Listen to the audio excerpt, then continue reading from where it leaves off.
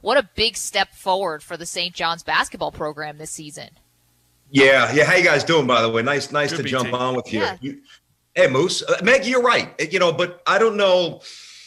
I think most people who follow the program, who really are dialed in, would subscribe to what you just said. And then you've got those who, and I get it, those who latch on, St. John's hasn't been really good for 20 years. And, when is St. John's going to finally break through? I understand it, but, the best way for me to summarize where St. John's is right now, I've been really the first year that I ever did it. First year in the booth was 03-04, if you can believe it. Now, it hasn't been every year because I was in San Francisco for a minute, whatever. But that was my first year, and I've done most of the years, obviously, with Norm, with Lavin. Mike Jarvis was my first year.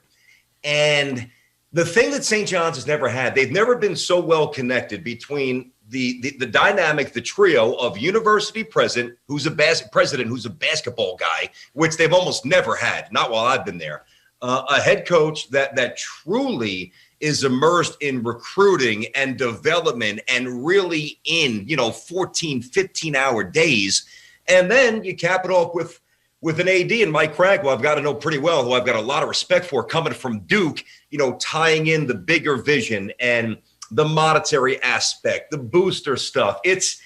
Yesterday was a gut punch, and there's no chance they're going to the NC2A, but to step back, and quite frankly, they don't deserve it at this point. But if you step back, you're right. It's healthy, and I believe that it's a renaissance. I think it's set up for the first time sustained success.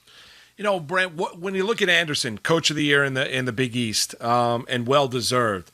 There was a lot of people that raised an eyebrow when Mike got the job, saying, not a New York guy, not going to have the connections, all of these things. What has led to Mike having the success that he's had here and getting this program back on the road to relevancy?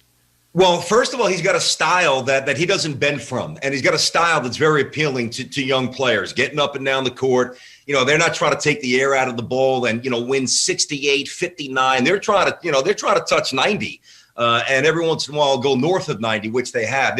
You've got green light to shoot threes. It's quick pace, up and down. You have the requisite athleticism required to play in this system. That's non-negotiable. And really, when you look at Mike and his history, whether it's UAB, whether it's Missouri, whether it's Arkansas, I think by now, most people know Mike's background, a Nolan Richardson disciple. It's amazing, and I've known all these coaches, and I've gotten to know Mike well. Not so much last year, but this year doing the Red Storm report, I've gotten to know Mike the person.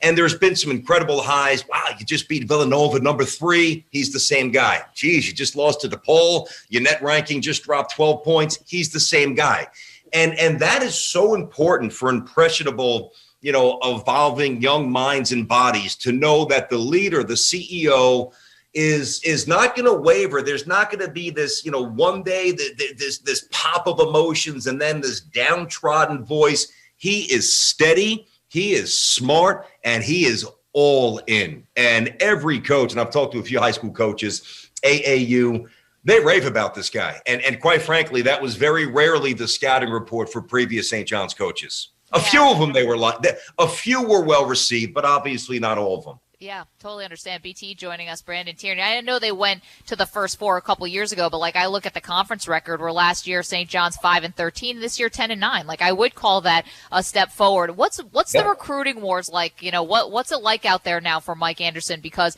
you got some good basketball teams around here. Moose and I talked to Rick Pitino when he first got the job at Iona. Obviously, Danny Hurley up at UConn. We know Kevin Willard. I'm going to leave people out here, but you got some really good coaches right now in this area. How tight are those recruiting wars?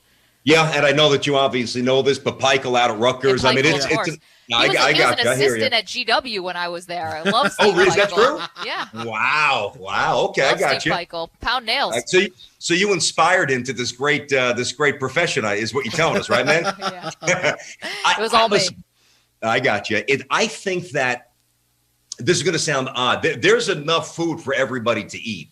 There was a point, and it was not inaccurate. It was not, a sloppy, lazy scouting report. New York City basketball was down. And listen, you guys are smart enough to know this. Moose, you've been around the game for a long time.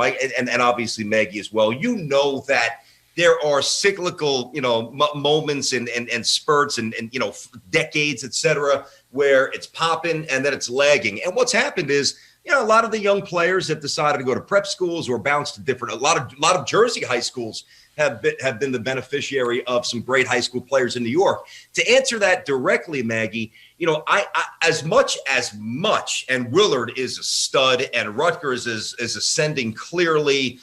State University versus St. John's private. There's some differences there, but there's nobody, and I won't be so arrogant to say that when that St. John's that their profile is bigger than all those schools. I won't say that, but I will say that none of those schools has a bigger profile than St. John's. So I'm pretty much saying the same thing, Okay. Without being arrogant.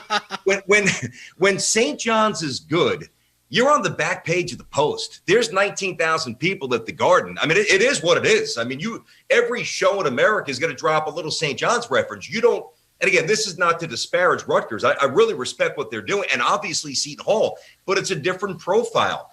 And, now they've got new kids coming in next year. They've got some money, and now they've got a foundation. See, what's usually happened whenever they get to the tournament, which is obviously very sporadic in the last 20 years, only a couple. Invariably, the next year, I remember when Lavin got 97% of the offense is gone. And you go from, okay, we squeaked into the tournament and we lost, and now we're completely starting over and we're going to go 5-12 or whatever in the conference, or 13. And that's not a program. That's the sporadically good team. And the difference, and if I can impress one thing upon fans now, it's that St. John's finally has a program. As crazy as that sounds, it's been 20 years since they've had a program. They've got a program now, and that's how you start to win big.